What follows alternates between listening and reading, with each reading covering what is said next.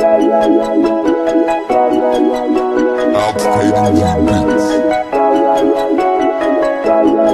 29, Jetro Records.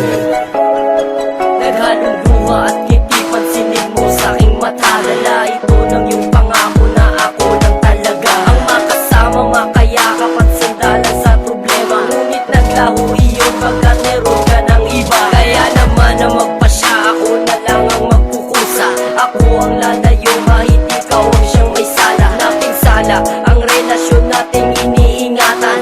Bakit ba nangyari to? Nasaan ang kasagutan? Pilit kong inaalam kung bakit mo ko iniwanan.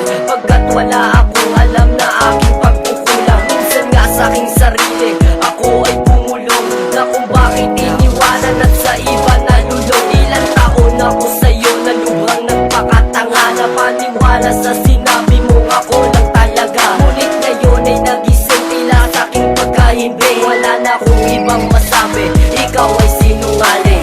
Di mo na kailangan pagsabihin na sa'kin ay ayaw mo na. Ako na ang pusong bibigyan sa pangako na tayong dalawa.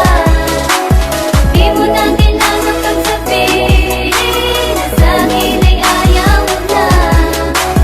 Ako na ang pusong bibigyan sa pangako na tayong dalawa.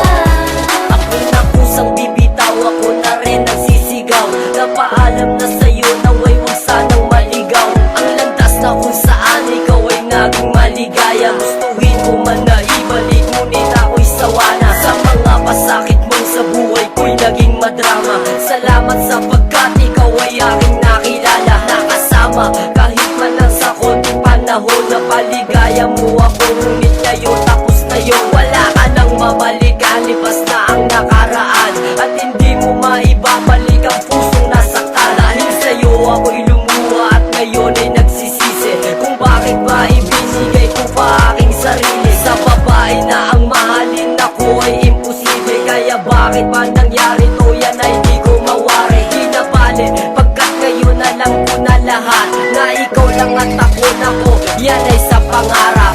Di mo na kailangan pagsabihin na sa'kin ay ayaw mo na. Ako na ang pusong bibigyan sa pangako na tayong dalawa. Di mo na kailangan pagsabihin na sa'kin ay ayaw mo na. Ako na ang pusong bibigyan sa pangako na tayong dalawa. Marahil ngayon nakala mo ako'y di magbabago, dahil sa mga ilang araw na akong nagsusumamo. Bunga ng isang pag-ibiganin mo'y wala sa himig, ng puno ng pagkurusa at iyak lagi ang tinig. Sa ngayon alam ko na bangungot ka sa panaginip, na tila sa bawat oras laging nasa aking isip. Nagkulang man ako, alam mo di ko sinadya, kaya mo nagawang iwanan na lang ako bigla.